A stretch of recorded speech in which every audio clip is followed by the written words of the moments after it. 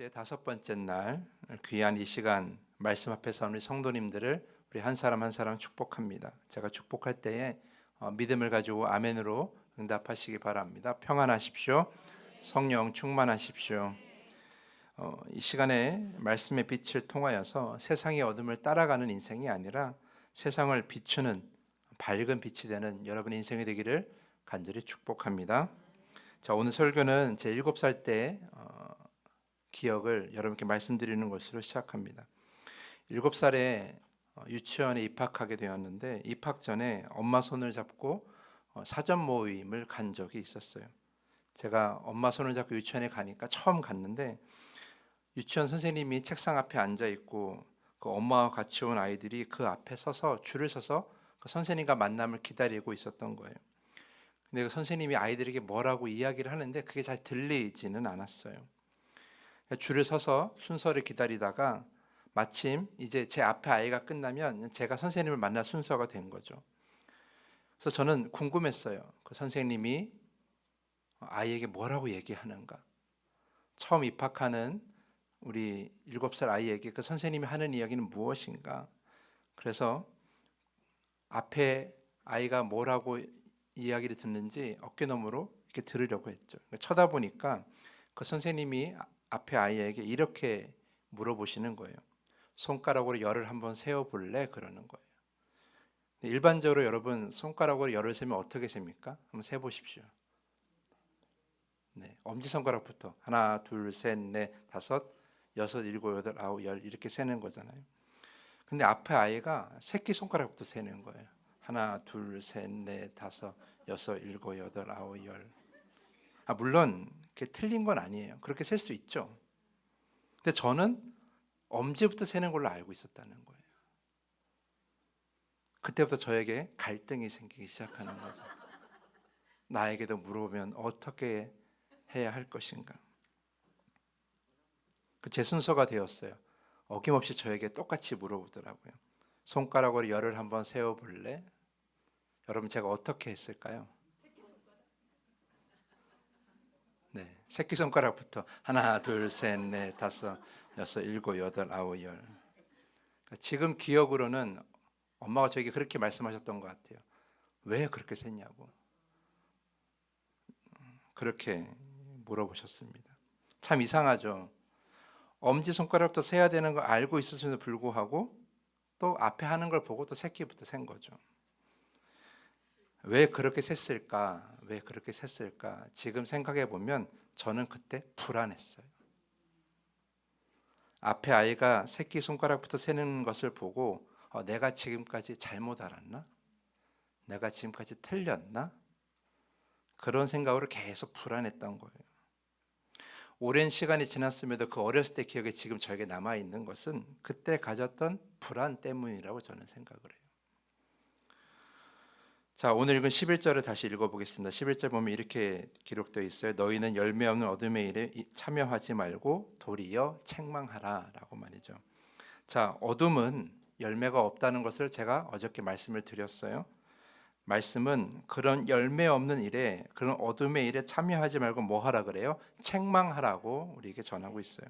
여기서 책망한다는 말은 헬라어 원어로 드러내다라는 말을 의미를 가지고 있어요. 드러내다. 그러니까 새 번역은 뭐라고 번역하냐면 폭로하다라고 이렇게 번역하고 있습니다. 그러니까 어둠의 일을 따라가지 말고 그것을 드러내고 폭로하라라는 거죠.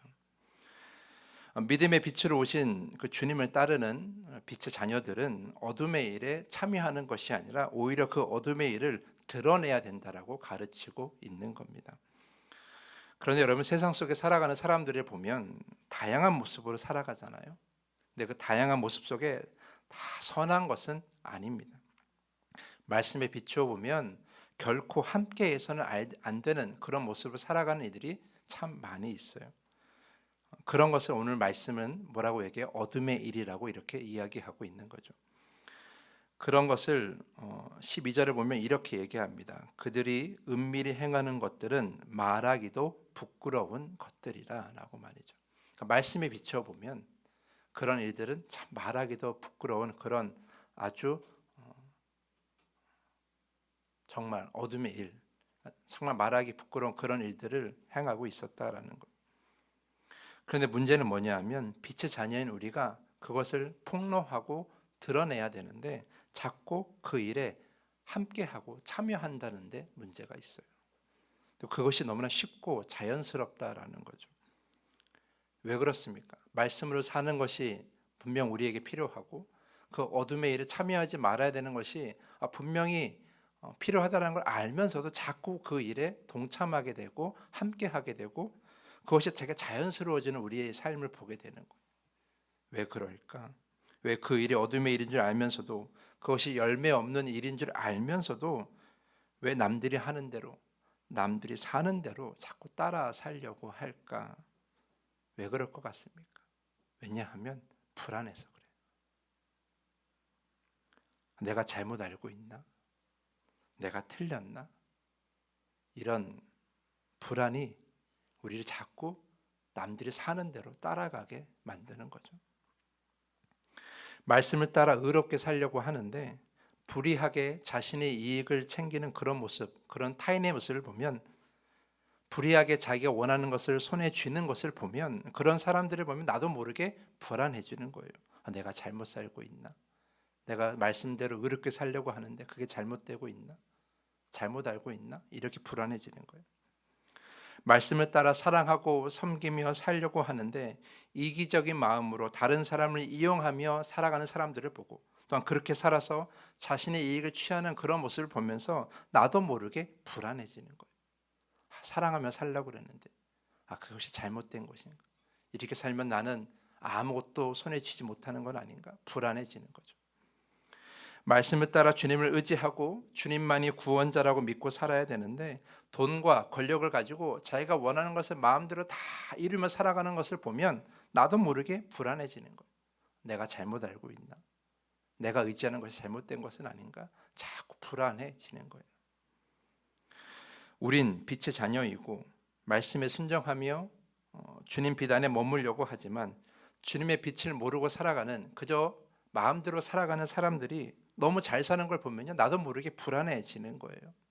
내가 주님을 따르는 것이 잘못된 것은 아닌가? 불안해지는 거죠. 여러분은 혹시 이런 경험 없으십니까? 그 불안 때문에 말씀을 따라 살려 하는 내 의지를 자꾸 꺾어버리고 자꾸 그들의 모습대로, 타인의 모습대로 살아가는 그런 경험이 없으시냐는 거예요. 아니, 과거가 아니라 지금 이 순간에도 다른 사람들이 어떻게 사는지 눈치 보면서 사는 것은 아닌지만 한번 생각해 보시기 바랍니다. 사랑하는 성도 여러분, 아무것도 모르는 아이라면 그럴 수 있어요. 7살의 저처럼 말이죠. 다른 사람이 어떻게 하나 살피고 따라할 수 있어요. 다른 사람과 나의 모습을 보고 불안해할 수 있어요. 하지만 여러분, 이제 우린 어린아이가 아닙니다. 하나님이 우리의 구원자이심을 분명하게 믿는 우리입니다. 하나님 말씀 안에 온전한 생명을 누리는 길이 있음을 우리는 분명히 믿고 있습니다. 하나님을 사랑하고 이웃을 사랑하는 것이 우리의 삶의 가장 기본이 되어야 된다는 것을 우리는 다 믿고 있습니다. 하나님 나라의 백성이고 더함교회의 성도이며 우리는 다 빛의 자녀입니다. 그럼 우리가 왜 그렇게 자기 멋대로 살아가는, 말씀을 모르고 살아가는, 어둠에 살아가는 그런 이들의 삶을 왜 바라보고 눈치 보며 의식하며 살아갑니까? 다른 사람과 다르게 산다고 여러분 불안해하지 마십시오. 다른 사람과 다르게 산다고 내가 행복하지 않다라고 여기지 마십시오. 주님을 아는 것이 행복입니다. 어제도 말씀을 드렸지만 우리 삶의 풍성한 열매는 주님 안에 있을 때, 빛 안에 있을 때 우리는 열매 맺는 거예요. 그거는 수학 공식처럼 분명한 진리입니다. 어두운 곳에서는 결코 열매를 맺을 수가 없어요. 그래서 우리가 의식해야 될 것은 다른 사람의 삶이 아니라 예수 그리스도의 삶입니다.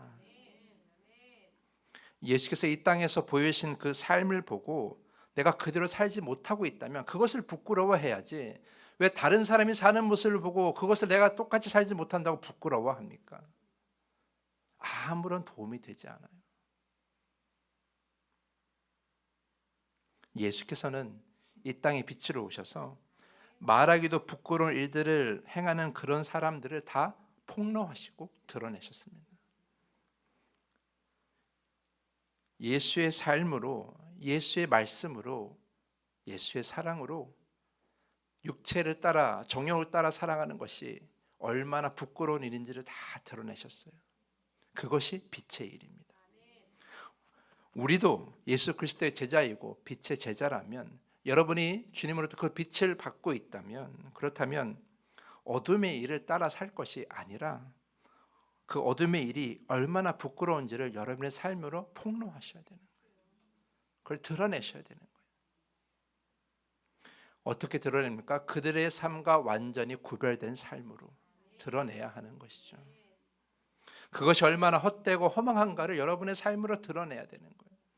내게 돈이 없어도, 금과 은은 없어도, 내가 그 많은 권력은 없어도, 내가 남들처럼 그렇게 화려하게 살지 않아도 여러분이 정말 그 누구보다도 행복한 모습으로 살아가면, 정말 기쁘게 살아가면, 정말 많은 것을 가진 것처럼 그렇게 살아가면 여러분은 그것을 폭로하는 거예요. 그것을 드러내는 거예요. 마지막으로 14절 말씀 보면 이렇게 기록되어 있어요. 그러므로 이르시기를 잠자는 자여 깨어서 죽은 자들 가운데서 일어나라. 그리스도께서 너에게 비추시라 하셨느니라.